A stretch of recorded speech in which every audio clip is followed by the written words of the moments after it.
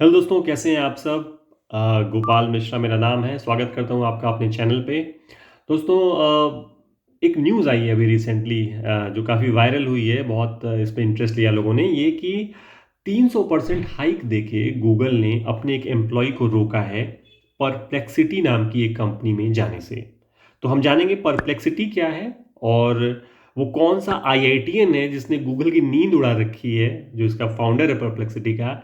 और भी उससे रिलेटेड चीज़ें चीज़ें जानेंगे हम कि क्या ये परप्लेक्सिटी जो एक नई एआई कंपनी है, is it a Google killer?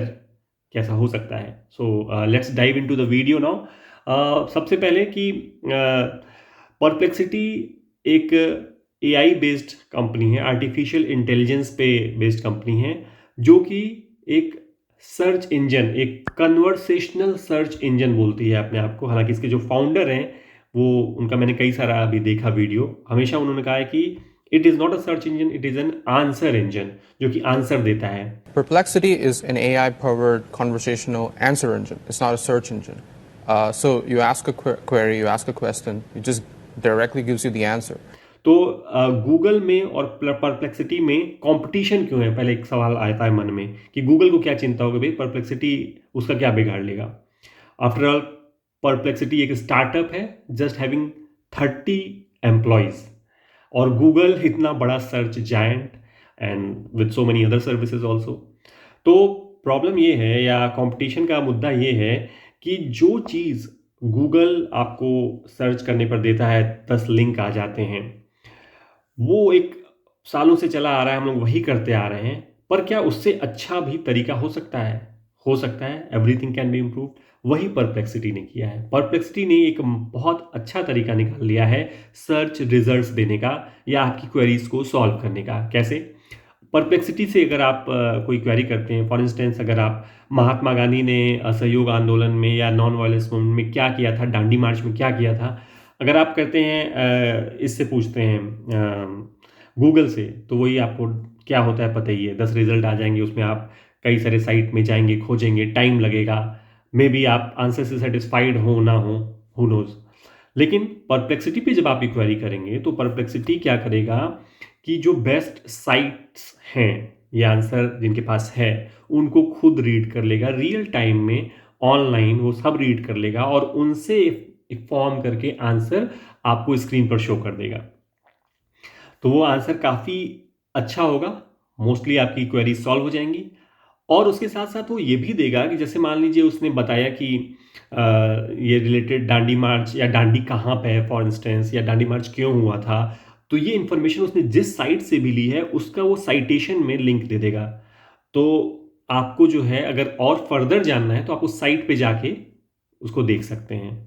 लेकिन गूगल में क्या है, एक ही साइट पर आप जाएंगे, पूरा पढ़ेंगे, फिर दूसरी साइट पे जाएंगे। तो यहाँ जो पार्ट्स पार्ट्स लेके वो बना रहा है, और ये सारा कुछ एनएलपी में हो रहा है, नेचुरल लैंग्वेज प्रोसेसिंग में। आप जैसे हम लोग आपस में बात करते हैं, वैसे वो करेंगे बात उससे। उनके एआई जो सर्च बॉक्स है उसमें डालेंगे, प्रॉम्प्ट अपना डालेंगे, क्वेरी डालेंगे, और वो रिजल्ट दे देगा। तो ये एक बहुत ही अच्छा तरीका है। मैंने ट्राई किया है and I am finding it very useful. आप भी ट्राई करिएगा। perplexity.ai स्क्रीन पर मैं नाम लिख दे रहा हूँ, और कमेंट या उसमें डिस्क्रिप्शन में भी आपको लिंक दे दूंगा।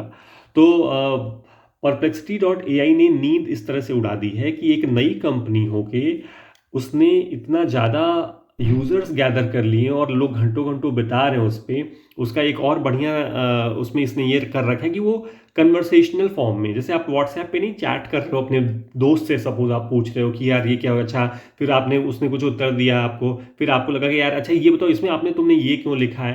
तो ये कन्वर्सेशनल है, और क्वेश्चन क्या पूछने हैं वो भी बता दे रहा है परप्लेक्सिटी। मतलब जो आपके फॉलो अप क्वेश्चन हो सकते हैं वो पढ़ने के बाद उसका, उस क्वेश्चन को भी दे रहा है। लाइक जो कहते हैं ना कि प्रॉम्प्ट इंजीनियरिंग सीखो या प्रॉम्प्ट करना सीखो, वो प्रॉम्प्ट ही आपको दे रहा है। तो आप इजीली उस पर फॉलो अप क्वेश्चन पूछ के अपनी नॉलेज को और बढ़ा सकते हैं उस सब्जेक्ट में। तो ये जो बंदा है इसके पीछे, सबसे जो इम्पोर्टेंट है, वो अपना एक इंडियन है, चेन्नई का है, और आईआईटीएन है। And his name is Arvind Srinivas. Arvind Srinivas IIT Madras से उसने बीटेक किया है इलेक्ट्रिकल इंजीनियरिंग में। उसके बाद एमटेक भी किया आईआईटी से, और उसके बाद उसने यूनिवर्सिटी ऑफ कैलिफोर्निया से बर्कले में जो है वहाँ पे उन्होंने जाके पीएचडी किया। सो इस डॉक्टर अरविंद श्रीनिवास काफ़ी मतलब टैलेंटेड बंदा है। He work with open AI also, जो कि चैट जीपीटी बनाने वाली कंपनी है सैम ऑल्टमैन की। He also work with deep mind, जो कि बहुत ही उम्दा और मतलब बहुत बड़ा नाम है एआई में। तो उन्होंने मशीन लर्निंग में, reinforcement learning, NLP, large language model, इन सब पे मास्टरी किए हुए इस बंदे ने क्या किया कि जब वो पीएचडी करने के बाद he got into friendship with many friends. So इन लोगों ने मिल के, 4 को फाउंडर हैं परप्लेक्सिटी के, इन्होंने मिल के एक ये परप्लेक्सिटी एआई कंपनी बनाई और इन्होंने अपना ये प्रोडक्ट लॉन्च किया जो चैट जीपीटी के जस्ट बाद ही आ गया था, 1 हफ्ते के बाद। और इसको जैक डॉर्सी ने जब ये देखा और ट्वीट किया इसके बारे में, तो अचानक से फ्लड सी आ गई ट्रैफिक की इनके साइट पे और बहुत लोग जानने लगे और यूज़ करने लगे। इन्वेस्टमेंट की बात करें तो इसके पास काफ़ी अच्छा इन्वेस्टमेंट है।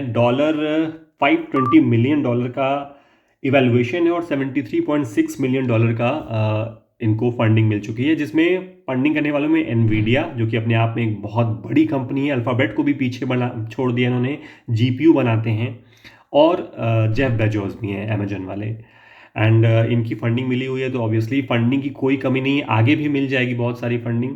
तो कंपनी को जो भी एडवांसमेंट करने हैं वो इजीली वो कर पाएंगे। और सबसे बड़ी चीज़ है जो एआई में एक जो ब्लॉक आ जाता है, एक हर्डल आ जाता है, वो होता है जीपीयू का, क्योंकि सिलिकॉन का जो है वो मैन्युफैक्चरिंग कुछ कम है, या इसकी इतनी ज़्यादा डिमांड है कि जीपीयू जल्दी मिलता ही नहीं है। तो एनवीडिया से एक टाई अप है जो कि जीपीयू बनाता है, तो डेफिनेटली इनको वो भी प्रॉब्लम नहीं आने वाली है। नौ कुछ क्वेश्चन मैंने लिख रखे हैं जो शायद आप जानना चाहें।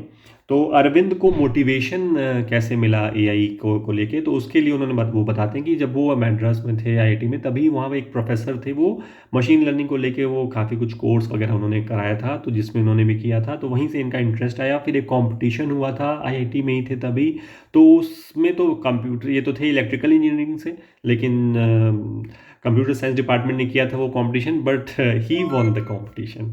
तो नेचुरली जो एआई से रिलेटेड चीज़ें हैं वो उनको मतलब अपील करती हैं और वो नेचुरली उस चीज़ को अच्छे से कर पाते हैं। So he is perhaps one of the best brains into it. तो वो हुआ। और एक हाँ, उनसे एक जगह पूछा गया कि सक्सेस मंत्रा क्या है आपका और आगे कैसे आप कंटिन्यू कर पाएंगे, तो उन्होंने कहा था कि हमको स्पीड और एक्यूरेसी इन्हीं पे काम करना है, यही हमको मतलब मेन है, और हमें यूज़र्स जोड़ते जाने हैं। तो स्पीड बढ़ाने के लिए जो भी इंफ्रास्ट्रक्चर चाहिए वो करेंगे, और एक्यूरेसी के लिए तो हमेशा कुछ ना कुछ वो कर ही रहे हैं।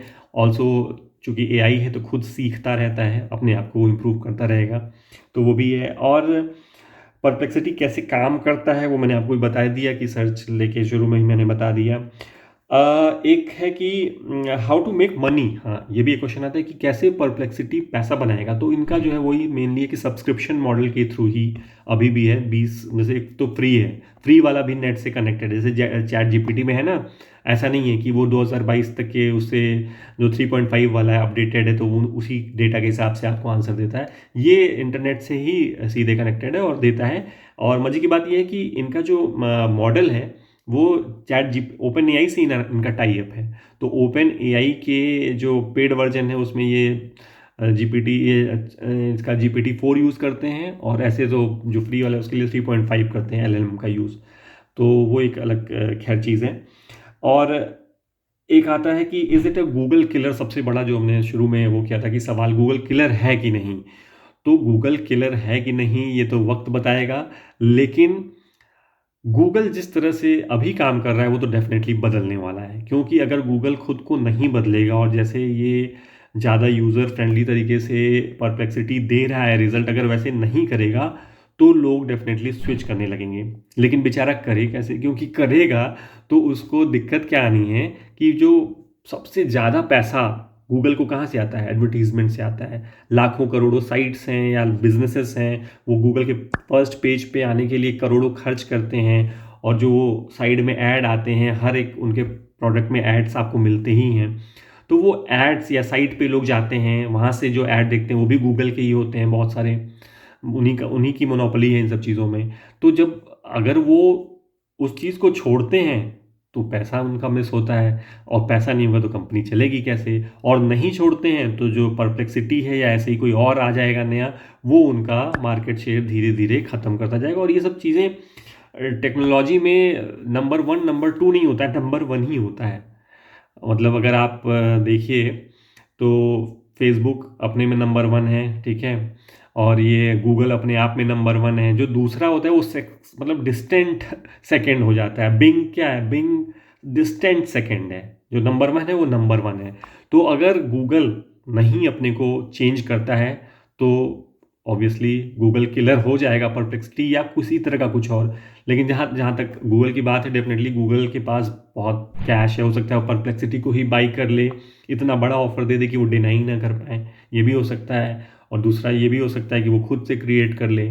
लेकिन at the end of the day कुछ ना कुछ उसको चेंज करना ही पड़ेगा, और इसीलिए गूगल की नींद उड़ी हुई है। इसीलिए उसने 300% हाइक दे के या 4 गुना सैलरी बढ़ा के रोका है अपने एक की एसेट को परप्लेक्सिटी में जाने से। और एक और हाँ, एक और इंटरेस्टिंग सी बात थी, मैंने देखी थी, आपको बता दूं। जो थ्री जो जो ये परप्लेक्सिटी की टीम है, ऐसे आपको लग रहा होगा कि यार ये तो वर्काहोलिक होंगे और खूब दिन रात काम करते होंगे, 12-12 घंटे या 16-16 घंटे। तो ऐसा नहीं है। मुझे भी बड़ा आश्चर्य हुआ जब मैंने देखा। तो अरविंद बता रहे हैं एक इंटरव्यू में कि उनका जो है 3 से 4 दिन का वर्किंग डे होता है। मतलब हफ्ते में बस 4 ही दिन उन लोग काम करते हैं मैक्सिमम, और 9 to 5 करते हैं। यानी कि 9-5-4 उनका एक मॉडल कह सकते हैं वर्किंग वाला। 9-5-4 यानी 9 बजे से लेके 5 बजे तक 4 दिन हफ्ते में।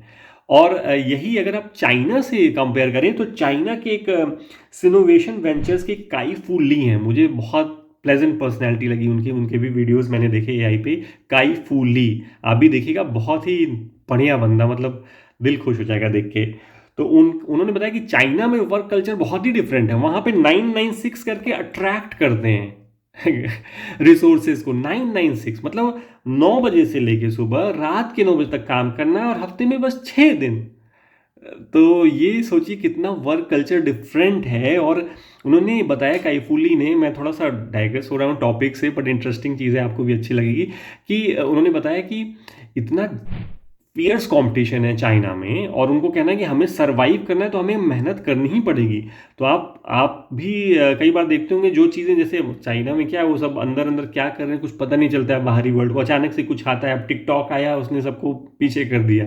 तो उनका भी टेक्नोलॉजी और एआई को लेके बहुत बड़ा चल रहा है, और उनके यहाँ बहुत सारे स्टार्टअप ऐसे हैं एआई के जो काइफू ली द्वारा ही फंडेड है, and they are a unicorn now.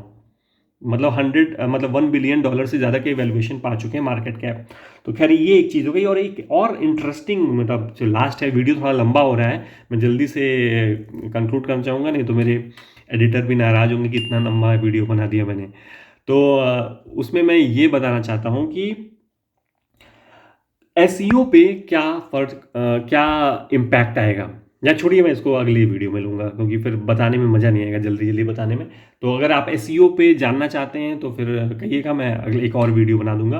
Perplexity के बारे में, अरविंद श्रीनिवास के बारे में ये जानकारी आपको कैसी लगी? अच्छी लगी हो तो वीडियो लाइक करिएगा, सब्सक्राइब करिएगा। मैं और चीज़ें पढ़ पढ़ के, इंटरेस्टिंग देख देख के वीडियोस आपके पास लाता रहूँगा। एआई को पकड़ के रखिए, AI is very important. Artificial intelligence से आप जितना जुड़े रहेंगे आगे उतना अच्छा रहेगा। So that's all for today in this video. Thank you so much for watching it. Thanks.